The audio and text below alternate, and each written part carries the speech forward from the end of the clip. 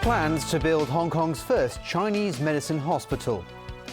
Pan-Democrats divided over political reform. And Indian diplomats strip-searched in the US, headed home.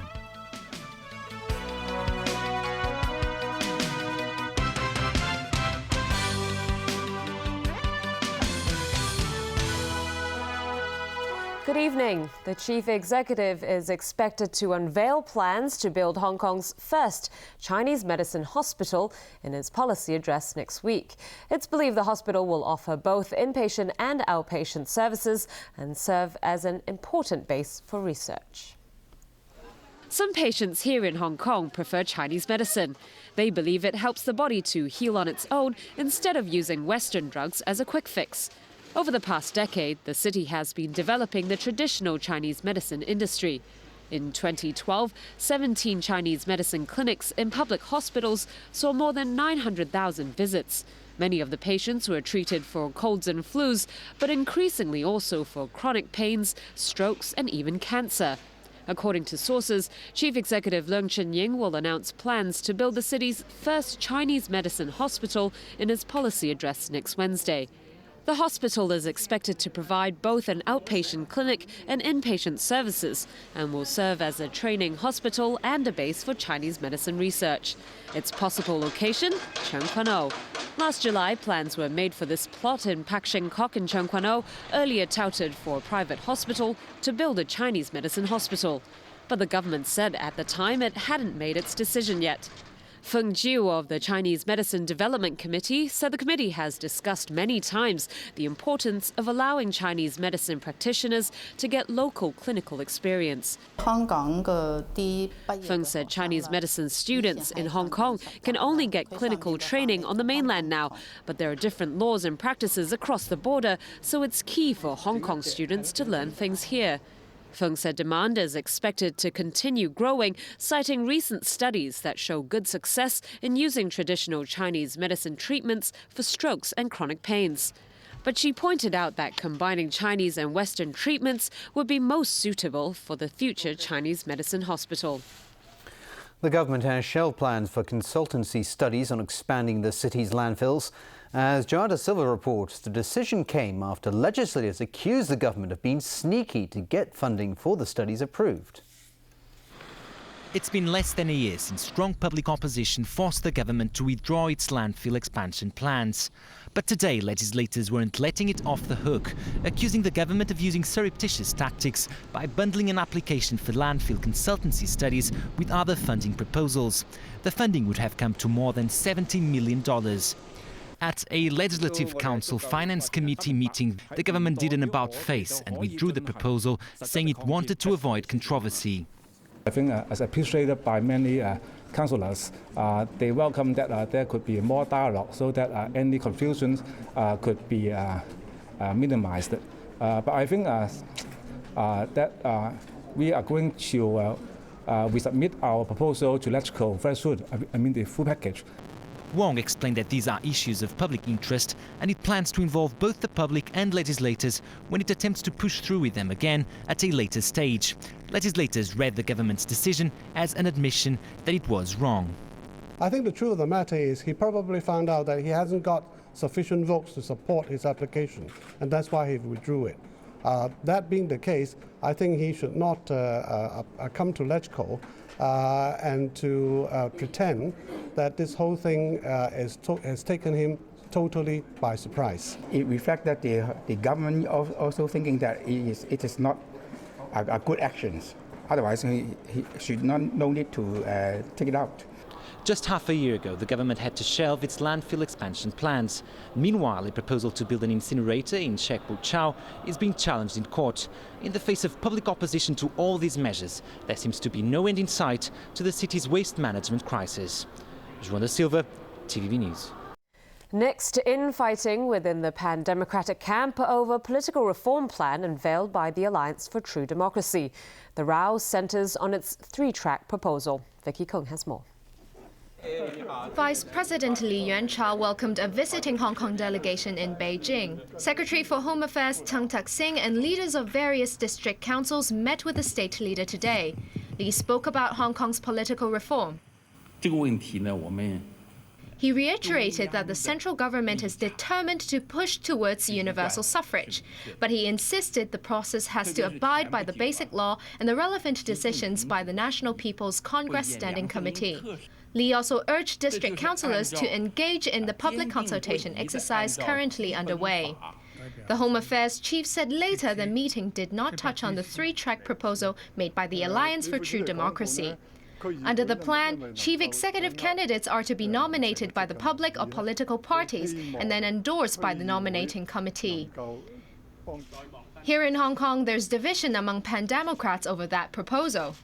People Power accused the Democratic Party of suggesting not all three nomination methods need to be in place. The interpretation of the Democratic Party on the decision of the alliance is that it totally depart from the fundamental principle of the joint decision, and it distorts the real principle behind this decision.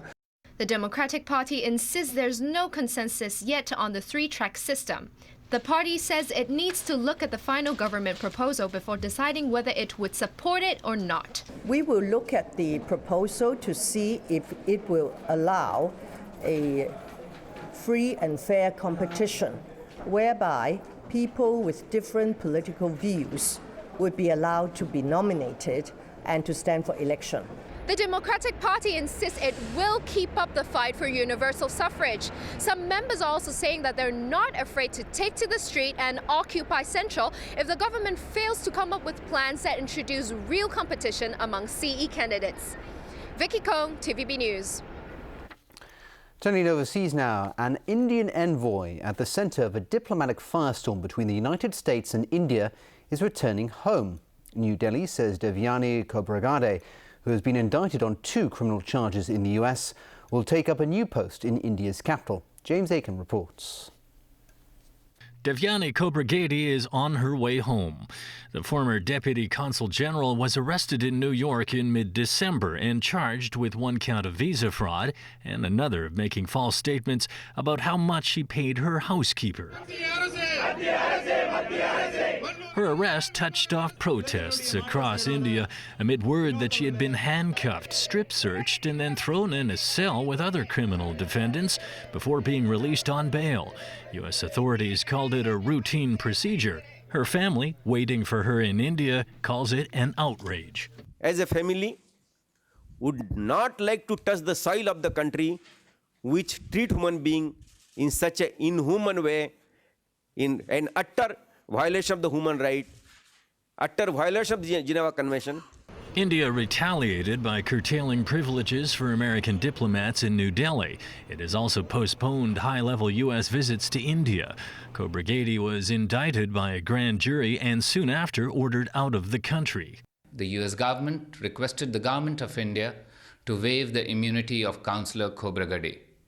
On 9 January 2014, the government of India declined to do so and transferred Councillor Khobragade to the Ministry of External Affairs in New Delhi. She has since departed for home. For now, her children remain in the United States. The diplomat continues to maintain her innocence. The U.S. State Department admits the ongoing friction played a role in the cancellation of talks between the two countries. Saying the decision was made because we want to make sure it's under the best conditions and at the time where it can be most productive.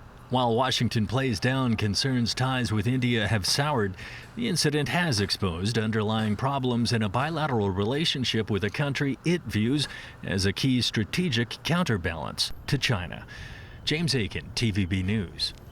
New Jersey Governor and 2016 White House hopeful Chris Christie has fired one of his top aides and apologized for his staff's stupid behavior over allegations they engineered traffic jams as a political vendetta. As Sonia Otero reports, the scandal could damage Christie's national reputation and undermine his presidential prospects. Governor Chris Christie is in a jam over this traffic jam scandal he claims was dropped on him like a bombshell. And I am stunned by the abject stupidity that was shown here, I am embarrassed and humiliated by the conduct of some of the people on my team. He's referring to his Deputy Chief of Staff, Bridget Kelly. She reportedly orchestrated the traffic jams to punish Fort Lee's mayor for not endorsing Christie for re-election last year. This morning, I've terminated the employment of Bridget Kelly. I terminated her employment because she lied to me. She's accused of being behind the lane closings over 4 days last September that caused major backups at the George Washington Bridge linking New York City and New Jersey. Commuters were held up for hours. In one damning instance, emergency responders failed to reach a 91-year-old woman who later died of cardiac arrest. Christie has long tipped to run for the White House in 2016, and this local traffic jam is now a national issue, calling his leadership and integrity into question. While Fort Lee's mayor appreciated Christie apologizing in person, he blasted his so-called trusted staff.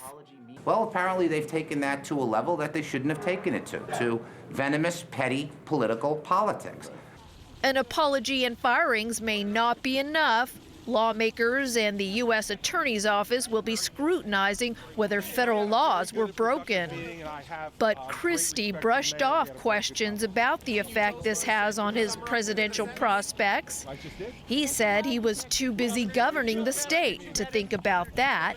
Sonia Artero, TVB News.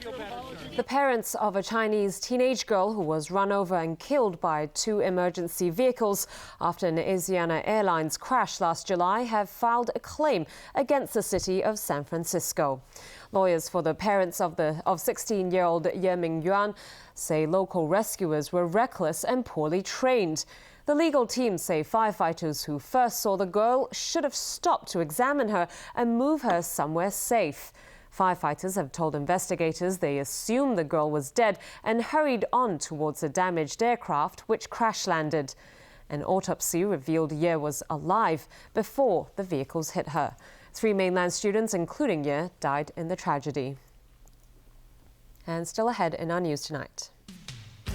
Hong Kong TV gets court approval to challenge free TV licensing decision, concerns about proposed Kai Tak Sports Complex, and a fresh show of force by the Cambodian opposition.